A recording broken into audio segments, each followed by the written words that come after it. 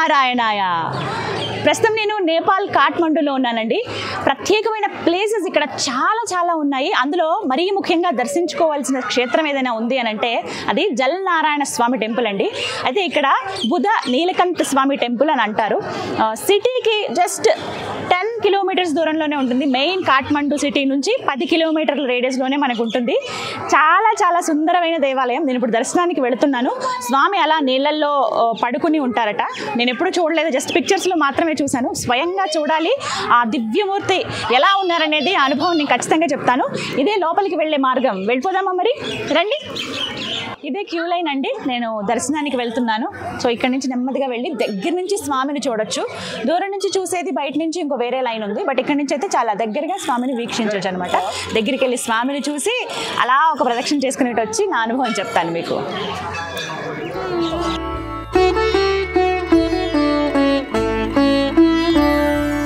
నారాయణ నారాయణ జయ గోవింద హరే, నారాయణ నారాయణ జయ గోపాల హరే, నారాయణ నారాయణ జయ గోవింద హరే, నారాయణ నారాయణ జయ గోపాల హరే, కరుణా పారావార వరుణాలయ గంభీర ఘన నీరద సంకాశ కృత కలికల్మషనాశ, నారాయణ నారాయణ జయ గోవింద హరే, నారాయణ నారాయణ జయ గోపాల హరే.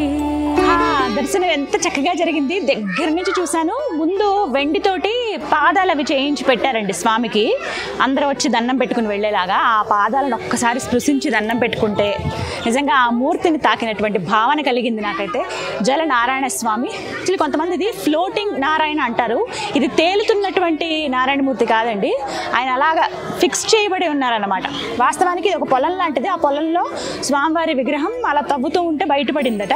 అందుకని స్వామి స్వయంగా దర్శనమిచ్చింది. ఎలా ఉన్నారో అక్కడే అలా ఉంచేశారు, ఏమీ కదపకుండా. అంటే అందుకే స్వయంభూ అని కూడా కొంతమంది చెబుతూ ఉంటారు. బుధ నీలకంఠ్ అంటారు. అంటే స్వామి ఇక్కడ చాలామంది ఏంటంటే బుధ అనే పిలుస్తూ ఉంటారు అనమాట స్వామిని.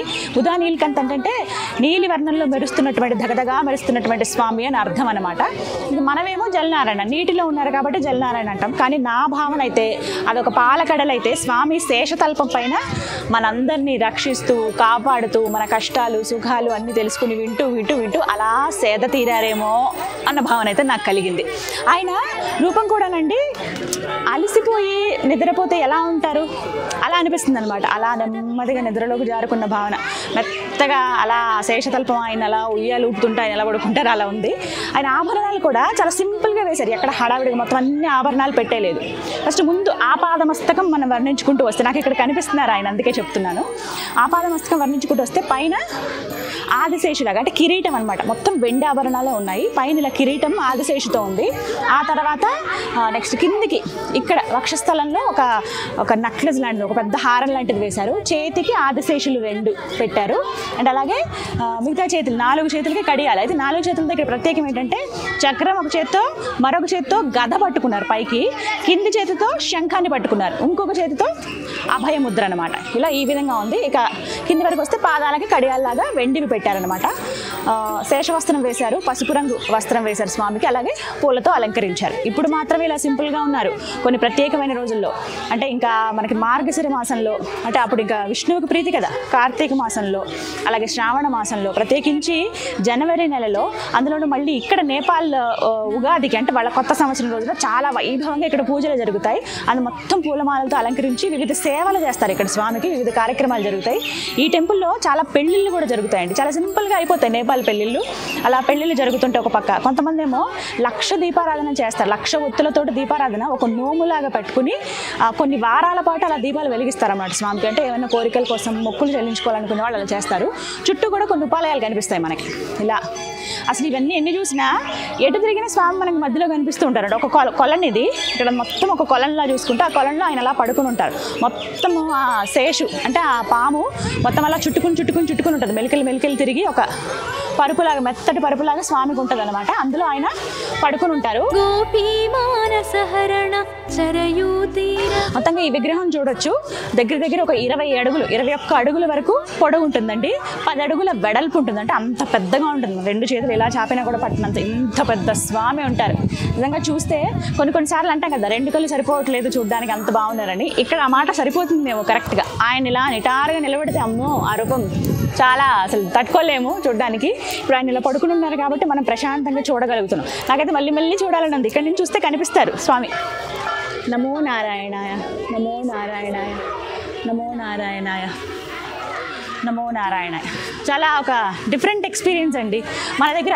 అంటే ఇప్పటి వరకు నేను ఇలా వాటర్లో ఫ్లోట్ అవుతున్నటువంటి, అంటే నీళ్లలో ఉన్నటువంటి నారాయణ స్వామిని చూడడం మొట్టమొదటిసారి. నేపాల్ కాఠ్మండు టూర్లో ఎన్నో అద్భుతమైనవి ప్రదేశాలు నేను వీక్షిస్తున్నాను, ఎన్నో దివ్యమైన క్షేత్రాలు నేను సందర్శిస్తూ ఉన్నాను. అందులో భాగంగా ఈ నేపాల్ ముక్తినాథ్ యాత్రలో భాగంగా విష్ణుమూర్తి నాకు ఇక్కడ ఈ విధంగా దర్శనమిచ్చారనమాట. మీరు కూడా రావచ్చు. వచ్చిన వాళ్ళు చక్కగా ఇక్కడ కాసేపు స్పెండ్ చేయడానికి మీరు టైంని సెట్ చేసుకోండి. అలా ఇగో వీళ్ళు 1,00,000 ఒత్తులు అనమాట. అవి స్వయంగా వాళ్ళ చేతులతో ఒత్తులు చేసుకుని వాటిలో ఆవు నెయ్యి వేసి పైన కర్పూరం పెట్టి వెలిగించి స్వామి చుట్టూ ప్రదక్షిణ చేస్తారు. ఫస్ట్ ఒక 3 ప్రదక్షిణలు చేసి తర్వాత స్వామికి అర్పిస్తారనమాట. ఇలా ఈవినింగ్ టైంలో వస్తే చాలా బాగుంటుందండి వాతావరణం అంతా కూడా. మీకు ఒకటి చూపిస్తా చూడండి. ఇక్కడ వివాహం జరుగుతోంది. చాలా సింపుల్గా ఉంటుంది. నేపాల్ వాళ్ళ పెళ్ళిళ్ళు బొట్టు పెడతారు, పంతులు మంత్రాలు అవి చదువుతారు, ముందు ఫ్రూట్స్, చిన్న మిగతా ఏవైతే వస్తువులు కావాలో అవి. తాళి కట్టడం అలా ఏముండదు వీళ్ళ పద్ధతి. బొట్టు పెట్టడం అనేది మెయిన్, దండలు మార్చుకోవడం అనేది అతి ముఖ్యమైనది. సింపుల్గా అయిపోతాయి నేపాల్ పెళ్ళిళ్ళు. ఓ పక్క వివాహం జరుగుతుంది, ఇంకో పక్క నోములు, ఇంకో పక్క ఏమో హోమం నిర్వహిస్తున్నారు. అసలు ఎంత సందడిగా ఉందో తెలుసా.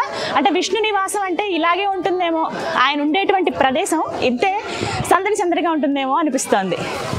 ఇలా మనం వచ్చిన మార్గం ఇటే, ఇలా వెళ్ళి స్వామి చుట్టూ అలా తిరిగి దర్శనం చేసుకుని మళ్ళీ ఇలా బయటికి వెళ్ళిపోవాలన్నమాట. సో చూసారు కదా, డిఫరెంట్ ఎక్స్పీరియన్సెస్ అన్నీ కూడాను.